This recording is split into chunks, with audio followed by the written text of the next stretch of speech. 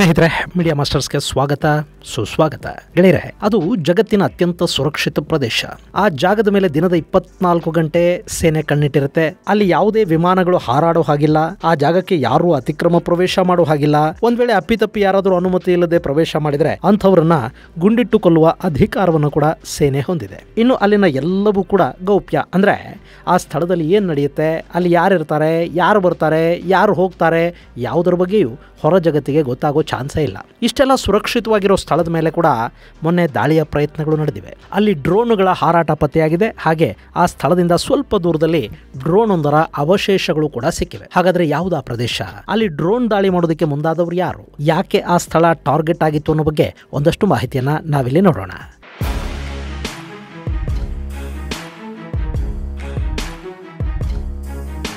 ಗೆಳೆಯರೆ, ಇವತ್ತು ಜಗತ್ತಿನ ಅತಿ ಶ್ರೀಮಂತ ಯಾರು ಅಂತ ಗೂಗಲ್ನ ಕೇಳಿದ್ರೆ ಅದು ಹೇಳೋದು Bernard Arnold, Jeff Bezos, Elon Musk, Mark Zuckerberg ಮುಂತಾದವರ ಹೆಸರುಗಳನ್ನ. ಅದು ಸತ್ಯ ಕೂಡ. ಆದ್ರೆ ಗೂಗಲ್ ಕೂಡ ಈ ಮಾಹಿತಿಯನ್ನು ಜಗತ್ತಿನ ಸಾಕಷ್ಟು ಮಂದಿ ಒಪ್ಪೋದಿಲ್ಲ. ಯಾಕೆಂದ್ರೆ ಜಗತ್ತಿನ ಕಣ್ಣಿಗೆ ಶ್ರೀಮಂತರ ಹಾಗೆ ಕಾಣುವ ಈ ಎಲ್ಲ ಉದ್ಯಮಿಗಳ ಸಂಪತ್ತು ಕೂಡ ಹೆಚ್ಚಾದ ಹಾಗೇನೆ ಕಡಿಮೆ ಕೂಡ ಆಗ್ತಾ ಇರುತ್ತೆ. ಅವರ ಶ್ರೀಮಂತಿಕೆ ಅನ್ನೋದು ಮಾರುಕಟ್ಟೆಯ ಬದಲಾವಣೆಗಳು, ಬೇಡಿಕೆಗಳು, ಸಪ್ಲೈಗಳ ಮೇಲೆ ಡಿಪೆಂಡ್ ಆಗಿರುತ್ತೆ.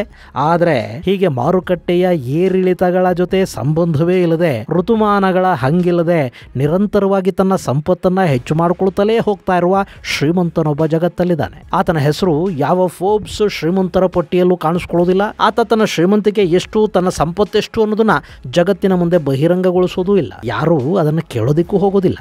ಆತನ ಹೆಸರು ವ್ಲಾದಿಮಿರ್ ಪುತಿನ್.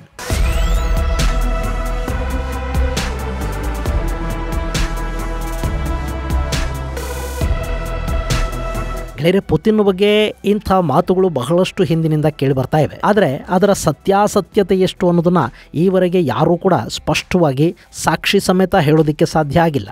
ಕೆಲ ವರದಿಗಳ ಪ್ರಕಾರ ಪುತಿನ್ರ ಒಟ್ಟು ಆಸ್ತಿ $70 ಬಿಲಿಯನ್ ಆದರೆ ಮತ್ತೆ ಕೆಲ ವರದಿಗಳು ಅವರ ಆಸ್ತಿಯ ಮೊತ್ತವನ್ನು 200 ಬಿಲಿಯನ್ಗೂ ಅಧಿಕ ಅಂತ ಹೇಳುತ್ತವೆ. ಅಲ್ಲಿ ಯಾವುದು ಸತ್ಯ, ಯಾವುದು ಸುಳ್ಳು ಅಂತ ಹೇಳಬೇಕಾಗಿರೋದು ಪುತಿನ್ ಮಾತ್ರ. ಇಂಥ ಪುತಿನ್ ಕಪ್ಪು ಸಮುದ್ರದ ಕರಾವಳಿಯಲ್ಲಿ ಒಂದು ಅರಮನೆಯನ್ನ ನಿರ್ಮಾಣ ಮಾಡಿಕೊಂಡಿದ್ದಾರೆ. ಈಗ ಸುದ್ದಿಯಲ್ಲಿರೋದು ಅದೇ ಅರಮನೆ ಮತ್ತು ಮೊನ್ನೆ ಡ್ರೋನ್ ದಾಳಿಗೆ ಗುರಿಯಾಯಿತು ಅಂತ ಹೇಳಲಾಗ್ತಾ ಇರೋದು ಕೂಡ ಪುತಿನ್ ಅವರ ಇದೇ ಅರಮನೆ. ನೀವಿಲ್ಲಿ ನೋಡ್ತಾ ಇದ್ದೀರಲ್ಲ, ಇದು ಪುತಿನ್ ನಿರ್ಮಾಣ ಮಾಡಿಕೊಂಡಿರುವ ದೊಡ್ಡ ಅರಮನೆ. ಮೊನ್ನೆ ಇಲ್ಲಿ ಯುಕ್ರೇನ್ನ ಡ್ರೋನುಗಳು ಕಾಣಿಸ್ಕೊಂಡಿವೆ ಮತ್ತು ಇಲ್ಲಿಂದ ಕೆಲವೇ ಕಿಲೋಮೀಟರ್ಗಳ ದೂರದಲ್ಲಿ ಡ್ರೋನ್ ಒಂದನ್ನು ನೆಲಕ್ಕೆ ಕೆಡವಲಾಗಿದೆ ಅನ್ನೋ ಮಾಹಿತಿ ಕೂಡ ಕೇಳಿ ಬರ್ತಾ ಇದೆ. ಇಷ್ಟು ದಿನ ರಷ್ಯಾದ ತೈಲ ಸಂಗ್ರಹಾಗಾರಗಳು, ವಾಯುನೆಲೆಗಳನ್ನು ಟಾರ್ಗೆಟ್ ಮಾಡಿಕೊಂಡು ದಾಳಿ ಮಾಡ್ತಾ ಇದ್ದ ಯುಕ್ರೇನ್ನ ಡ್ರೋನುಗಳು ಈಗ ಸೀದಾ ರಷ್ಯಾದ ಅಧ್ಯಕ್ಷರ ತಲೆಯ ಮೇಲೆ ಹಾರಾಡೋ ಹಾಗೆ ಕಾಣ್ತಾ ಇವೆ. ಮಾಹಿತಿಯನ್ನು ಸ್ವತಃ ರಷ್ಯಾ ಹೊರಹಾಕಿದೆ. ಯುಕ್ರೇನ್ಗೆ ಸೇರಿದ ಡ್ರೋನುಗಳು ಈ ಭಾಗದಲ್ಲಿ ಹಾರಾಟ ನಡೆಸಿವೆ ಅಂತ ಕ್ರಾಸ್ನಡಾರ್ ಪ್ರಾಂತದ ಗವರ್ನರ್ ವೆನ್ಯಾಮಿನ್ ಕಾನ್ಡ್ರೇಟಿವ್ ಹೇಳಿದ್ದಾರೆ. ಅಷ್ಟೇ ಅಲ್ಲದೆ ಕ್ರಾಸ್ನೋಡರ್ ಪ್ರಾಂತದ ಕ್ರಿನಿಸ್ಟಾ ಹಾಗೂ ಝಂಕೋಟ್ ಅನ್ನೋ 2 ಕಡೆಗಳಲ್ಲಿ ಡ್ರೋನ್ನ ಅವಶೇಷಗಳು ಬಿದ್ದಿವೆ. ಆದರೆ ಅಲ್ಲಿ ಯಾವುದೇ ಪ್ರಾಣಹಾನಿ ಸಂಭವಿಸಿಲ್ಲ ಅನ್ನೋ ಮಾಹಿತಿಯನ್ನು ಕೂಡ ಕ್ರಾಸ್ನೋಡಾರ್ನ ಗವರ್ನರ್ ಕೊಟ್ಟಿದ್ದಾರೆ. ಗೆಳೆಯರಲ್ಲಿ ನೀವು ಮ್ಯಾಪಲ್ಲಿ ನೋಡ್ತಾ ಇದ್ದೀರಲ್ಲ, ಇದು ಗೆಲೆನ್ಜಿಕ್ ನಗರ. ಕ್ರಾಸ್ನೋಡಾರ್ ಪ್ರಾಂತದಲ್ಲೇ ಈ ನಗರ ಕೂಡ ಇದೆ. ಇದರ ಒಂದು ಕಡೆ ಕಪ್ಪು ಸಮುದ್ರ ಇದ್ರೆ ಮತ್ತೊಂದು ಕಡೆ ಸುವಿಶಾಲವಾದ ರಷ್ಯನ್ ಭೂಪ್ರದೇಶವನ್ನು ಹೊಂದಿರುವ ಕರಾವಳಿ ನಗರ ಈ ಗೆಲೆನ್ಜಿಕ್. ಇಲ್ಲಿಂದ ಕೆಲವೇ ಕಿಲೋಮೀಟರ್ಗಳ ದೂರದಲ್ಲಿ ಸುಮಾರು 17,691 ಚದರ ಮೀಟರ್ಗಳಷ್ಟು ಸ್ಥಳದಲ್ಲಿ $1 ಬಿಲಿಯನ್ ಖರ್ಚು ಮಾಡಿ ಒಂದು ಅರಮನೆಯನ್ನ ನಿರ್ಮಾಣ ಮಾಡಲಾಗಿದೆ. ಇದು ಎಷ್ಟು ಬಲಿಷ್ಠವಾಗಿದೆ ಅಂದರೆ ಮಿಸೈಲ್ ದಾಳಿಗಳಿಗೆ ಕೂಡ ಜಗ್ಗದ ಹಾಗೆ ಬಂಕರ್ಗಳನ್ನು ಒಳಗೊಂಡ ತುಂಬ ರಕ್ಷಣಾತ್ಮಕವಾಗಿ ನಿರ್ಮಾಣ ಮಾಡಿದ ಕೋಟೆಯಂಥ ಅರಮನೆ ಇದು ಅಂತ ಹೇಳ್ತಾರೆ. ಮತ್ತು ಇದರ ಮಾಲೀಕ ವ್ಲಾದಿಮಿರ್ ಪುತಿನ್ ಅಂತ ಹೇಳಲಾಗುತ್ತೆ. ಈ ಮನೆಯ ಕೆಳಭಾಗದಲ್ಲಿ ಬಂಕರ್ಗಳಿವೆ. ಅಣ್ವಸ್ತ್ರ ದಾಳಿಗಳು, ಜೈವಿಕ ದಾಳಿಗಳು ನಡೆದರೂ ಕೂಡ ಈ ಅರಮನೆಯಲ್ಲಿರೋರನ್ನ ಪಾರು ಮಾಡೋದಕ್ಕೆ ಅಂತ ಟನಲ್ಗಳನ್ನು ಕೂಡ ನಿರ್ಮಾಣ ಮಾಡಲಾಗಿದೆ.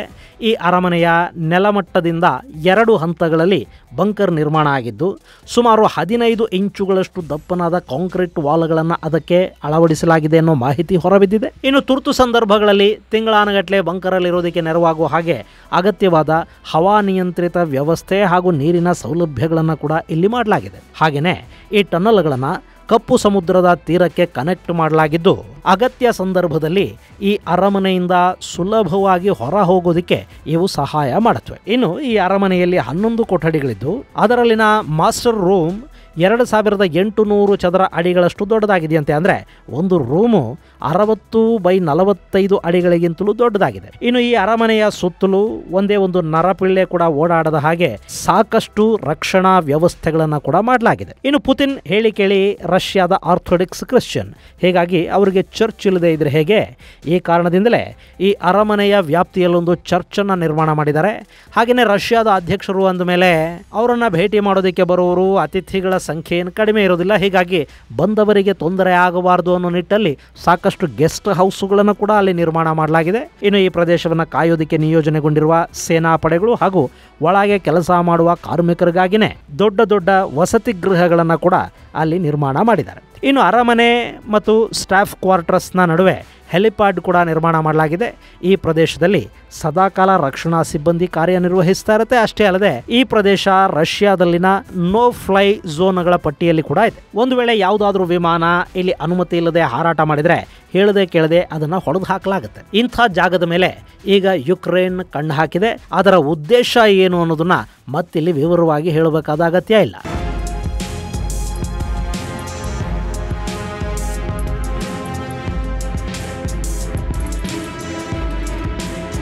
ಗೆಳೆಯರೆ, ನೀವಿಲ್ಲಿ ಮ್ಯಾಪಲ್ಲಿ ನೋಡ್ತಾ ಇದ್ದೀರಲ್ಲ, ಇದು ಪುತಿನ್ ಅರಮನೆ ಅಂತ ಹೇಳಲಾಗುವ ಪ್ರದೇಶ. ಇನ್ನು ಈಗ ಡ್ರೋನುಗಳ ಅವಶೇಷ ಸಿಕ್ಕಿರೋದು ಝಂಕೋಟ್ ಹಾಗೂ ಕ್ರಿನಿಸ್ಟಾದಲ್ಲಿ. ಇವೆರಡರ ಮಧ್ಯೆ ಅರಮನೆ ಇದ್ದು ಇಲ್ಲಿ ಡ್ರೋನುಗಳು ಬಿದ್ದಿವೆ ಅಂದರೆ ಅದರ ಅರ್ಥ ಡ್ರೋನುಗಳು ಪ್ಯಾಲೇಸ್ ಅನ್ನ ಟಾರ್ಗೆಟ್ ಮಾಡೋದಕ್ಕೆ ಬಂದಿವೆ ಮತ್ತು ಅದನ್ನ ಅಲ್ಲಿ ಹೊಡೆದು ಕೆಡವಲಾಗಿದೆ ಅಂತ. ಇನ್ನು ಇಲ್ಲಿ ಡ್ರೋನ್ ಹಾರಾಟ ಪತ್ತೆಯಾದ ಕೂಡಲೇ ರಷ್ಯಾ ಫುಲ್ ಆಕ್ಟಿವ್ ಆಗಿದೆ. ಅಲ್ಲಿಗೆ ಹೆಚ್ಚುವರಿ ಸೇನಾಪಡೆಗಳನ್ನು ನಿಯೋಜನೆ ಮಾಡಲಾಗಿದೆ. ಅಷ್ಟೇ ಅಲ್ಲದೆ ಯುಕ್ರೇನ್ನ ಕಡೆಯಿಂದ ಹಾರಿ ಬರುವ ಎಲ್ಲ ಏರಿಯಲ್ ವೆಹಿಕಲ್ಗಳ ಮೇಲೆ ಕೂಡ ಕಣ್ಣಿಡಲಾಗಿದೆ. ಆ ಮೂಲಕ ಇಲ್ಲಿನ ರಕ್ಷಣೆಯನ್ನು ಇನ್ನಷ್ಟು ಹೆಚ್ಚು ಮಾಡಲಾಗಿದೆ. ಇದು ಈ ಅರಮನೆ ಪುತಿನ್ಗೆ ಸೇರಿರುವುದು ಅನ್ನೋ ವಾದಕ್ಕೆ ಪುಷ್ಟಿಯನ್ನು ಕೊಡ್ತಾ ಇದೆ.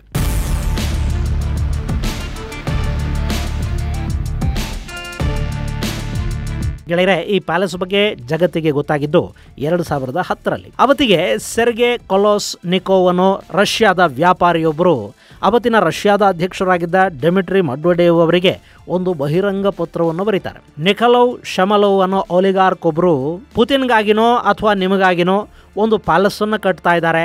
ಅದು ರಷ್ಯಾದ ಜನರ ಹಣದಲ್ಲಿ ನಿರ್ಮಾಣ ಆಗ್ತಾ ಇರೋ ಕಟ್ಟಡ ಅಂತ ಆ ಪತ್ರದಲ್ಲಿ ತಿಳಿಸ್ತಾರೆ. ಈ ಮಾಹಿತಿ ರಷ್ಯಾದಲ್ಲಿ ಸಂಚಲನವನ್ನು ಸೃಷ್ಟಿ ಮಾಡುತ್ತೆ.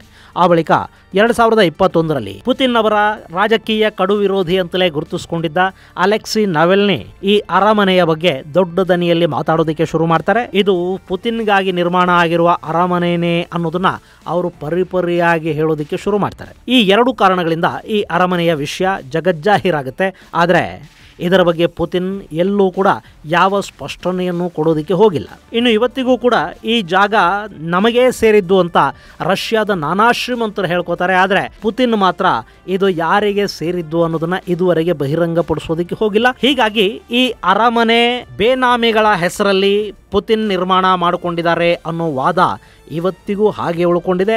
ಆದರೆ ಅದಕ್ಕೆ ಯಾವುದೇ ಸಾಕ್ಷಿ ಮತ್ತು ಆಧಾರಗಳಿಲ್ಲ. ಆದರೂ ಕೆಲ ವರದಿಗಾರರು ಹಾಗೂ ರಷ್ಯಾದ ವಿರೋಧ ಪಕ್ಷದ ನಾಯಕರು ಕೊಟ್ಟಿರೋ ಮಾಹಿತಿ ಅನ್ವಯ ಇದು ಪುತಿನ್ ಅವರಿಗೆ ಸೇರಿದ ಪ್ರದೇಶ ಅಂತಲೇ ರಷ್ಯಾದ ಜನ ಕೂಡ ನಂಬುತ್ತಾರೆ. ಇಂಥ ಜಾಗವನ್ನು ಗುರಿಯಾಗಿಸಿಕೊಳ್ಳೋದರ ಮೂಲಕ ಯುಕ್ರೇನ್ ರಷ್ಯಾದ ಅಧ್ಯಕ್ಷರನ್ನಿಲ್ಲಿ ಟಾರ್ಗೆಟ್ ಮಾಡೋದಕ್ಕೆ ಹೋಗ್ತಾ ಇದೆ. ಒಂದ್ ಕಡೆ ರಷ್ಯಾದ ಒಳಗಿನ ಸಂಘರ್ಷಗಳು ಹೆಚ್ಚಾಗಿರೋ ಹೊತ್ತಲ್ಲಿ ಅಲ್ಲಿನ ರಕ್ಷಣಾ ಸಚಿವರನ್ನ ಹಾಗೂ ಸೇನಾಧಿಕಾರಿಗಳನ್ನ ಭ್ರಷ್ಟಾಚಾರದ ಆರೋಪದ ಮೇಲೆ ಜೈಲಿಗೆ ತಳ್ಳುತ್ತಾ ಇರೋ ಹೊತ್ತಲ್ಲಿ ರಷ್ಯಾ ಅಧ್ಯಕ್ಷರದ್ದು ಅಂತ ಹೇಳಲಾಗುವ ಅರಮನೆಯ ಮೇಲೆ ಒಂದು ದಾಳಿಯ ಪ್ರಯತ್ನ ನಡೆದಿರೋದು ರಷ್ಯಾ ಆಡಳಿತಕ್ಕೆ ಇರುಸು ಮುರುಸನ್ನುಂಟು ಮಾಡ್ತಾ ಇದೆ. ಹೀಗಾಗಿ ರಷ್ಯಾ ಯುಕ್ರೇನ್ ವಿರುದ್ಧದ ತನ್ನ ದಾಳಿಯನ್ನ ತೀವ್ರಗೊಳಿಸುವ ಮಾತುಗಳನ್ನು ಆಡ್ತಾ ಇದೆ. ಇನ್ನು ಯುಕ್ರೇನ್ ಕೂಡ ತಾನು ಇನ್ನು ಮುಂದೆ ಸುಮ್ಮನೆ ಕೂರೋ ಮಾತೇ ಇಲ್ಲ, ನಮ್ಮ ಟಾರ್ಗೆಟ್ ಏನು ಅನ್ನೋದು ನಮಗೆ ಸ್ಪಷ್ಟ ಇದೆ, ಹೀಗಾಗಿ ರಷ್ಯಾ ಇನ್ನು ಮುಂದೆ ಹುಷಾರಾಗಿರಬೇಕು ಅನ್ನೋ ಎಚ್ಚರಿಕೆಯನ್ನು ಕೊಡ್ತಿರೋ ಹಾಗೆ ಕಾಣ್ತಾ ಇದೆ. ಒಟ್ಟಲ್ಲಿ 2022ರಲ್ಲಿ ಶುರುವಾದ ರಷ್ಯಾ ಯುಕ್ರೇನ್ ಯುದ್ಧ ಈಗ ಸೇನಾ ದಾಳಿಗಳನ್ನು ಮೀರಿ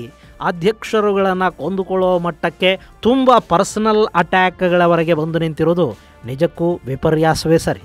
ಇದು ಗೆಳೆಯರೆ ರಷ್ಯಾದ ಅಧ್ಯಕ್ಷರದ್ದು ಅಂತ ಹೇಳಲಾಗುವ ಮ್ಯಾನ್ಷನ್ ಒಂದರ ಮೇಲೆ ಯುಕ್ರೇನ್ನ ಡ್ರೋನುಗಳು ದಾಳಿ ಮಾಡೋದಕ್ಕೆ ಪ್ರಯತ್ನ ಪಟ್ಟಿರುವುದರ ಕುರಿತಾದ ಒಂದಷ್ಟು ಮಾಹಿತಿ. ಮುಂದಿನ ಸಂಚಿಕೆಯಲ್ಲಿ ಮತ್ತಷ್ಟು ವಿಶೇಷಗಳ ಜೊತೆ ಮತ್ತೆ ಭೇಟಿಯಾಗೋಣ. ಅಲ್ಲಿವರೆಗೆ ಜೈ ಹಿಂದ್, ಜೈ ಕರ್ನಾಟಕ.